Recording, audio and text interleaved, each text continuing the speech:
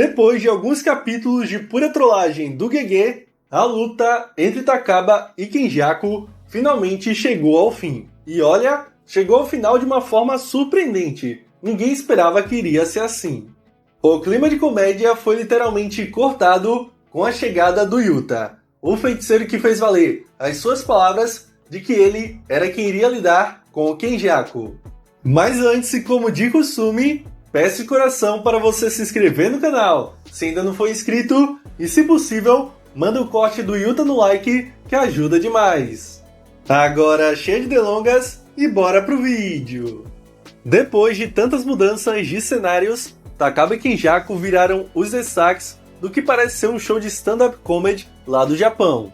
Os dois chegam meio sem jeito ao palco, mas ao decorrer da apresentação, vão ganhando cada vez mais confiança e passam a fazer algumas piadas relacionadas com a cultura local japonesa.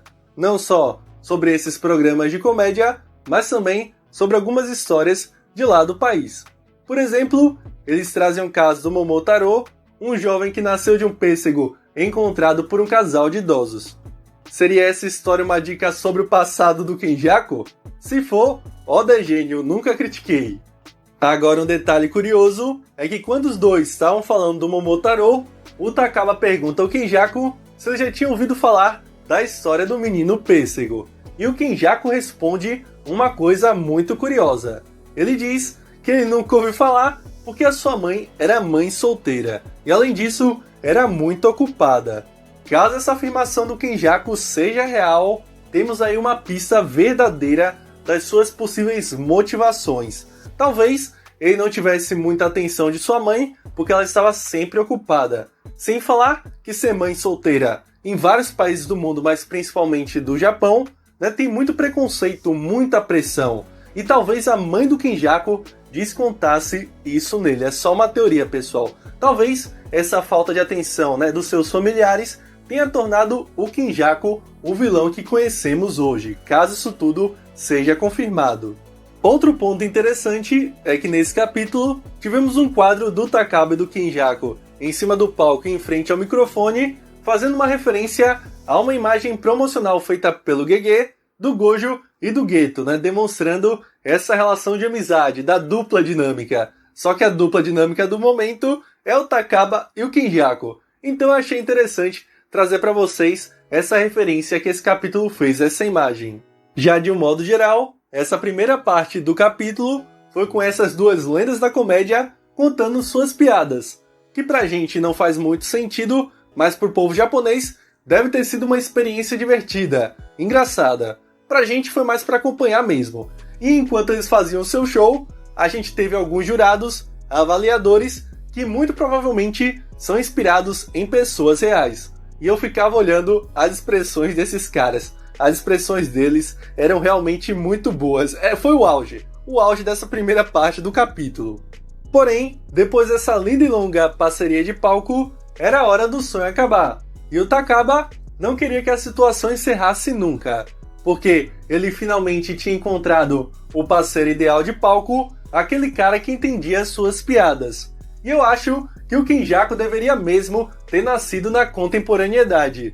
Caso isso tivesse acontecido, ele jamais teria pensado em assimilar os outros com o Tengen. Ele estaria aqui, feliz com o Takaba se realizando na comédia. Tanto que a coisa estava tão boa que o show estava lotado e tinha até algumas fãs que, apesar delas não entenderem muito de piadas, estavam ali porque eram fãs assíduas do Kenjaku. Ou seja, com fãs, ele jamais iria querer fazer jogo do abate ou qualquer coisa desse tipo. Ele estaria aqui, É uma pena que o destino foi cruel e colocou cada um em uma época distinta. Caso os dois tivessem nascido no mesmo momento, no mesmo período, o mundo Jujutsu jamais estaria em perigo. Todo mundo estava dando risada. Mas quando o efeito da técnica do Takaba enfim acaba, ele aparece usando algumas roupas que aparecem em vários animes e que fazem referência àquele pessoal que desfaleceu de forma brutal. Porque perder aquela situação onde ele estava vivendo com o Kenjaku o auge de sua vida, o auge de sua profissão, era como se ele tivesse vascado, sofrido. Por isso que ele estava vestindo essas roupas. E aí, ele agradece o Kenjaku e o vilão manda que ele foi muito engraçado, dando aquela risadinha. Ou seja, o Takaba é tão bom que conseguiu cumprir a promessa de fazer o Kenjaku dar risada, de fazer o vilão se divertir. Pode ter sido com a influência da sua técnica? Pode, mas ele cumpriu o que prometeu. Só que quando o Kenjaku se preparava para finalizar o Takaba, de repente, o Yuta aparece pelas costas do vilão, em uma velocidade tão rápida que não deu nem tempo dele conseguir utilizar a sua técnica de antigravidade. Quando ele viu, a lâmina já estava atravessando o seu pescoço. Nem deu para ele sentir o cheiro do feiticeiro.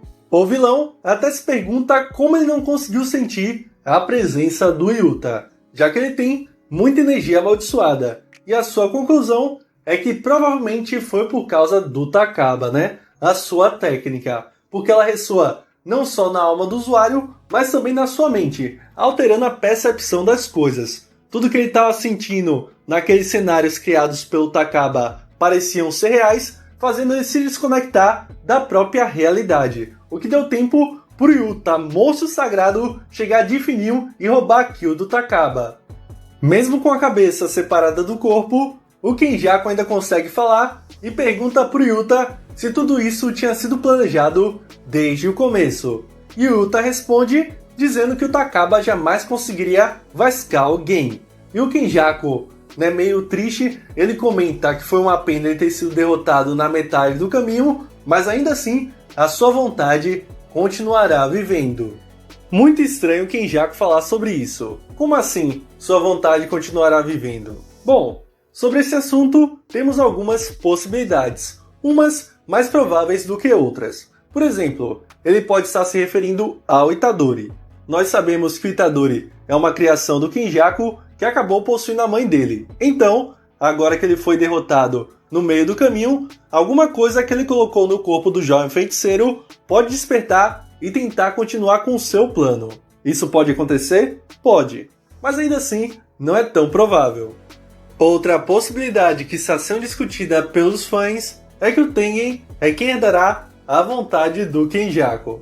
Talvez, por causa da sua assimilação, o feiticeiro que no momento está muito mais similar a uma maldição do que a um humano, pode ter recebido alguma influência do Kenjaku, ou até mesmo parte da sua consciência. Pois nós ainda não sabemos exatamente como funciona a técnica do vilão. Ele até mesmo pode continuar vivo mesmo após ter perdido a cabeça, já que ele é muito mais um cérebro ambulante do que qualquer outra coisa. Ele talvez não possa curar o corpo do Geto, mas ainda assim continuará vivo. Mas e vocês? Acham que é o fim da linha para o vilão? Já sabem quem herdará as vontades do Kenjaku?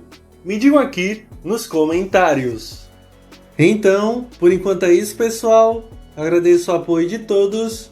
Conto com sua inscrição no canal se ainda não for inscrito. E se possível, deixa seu like que ajuda demais. Vou ficando por aqui. Valeu e até breve. Fui!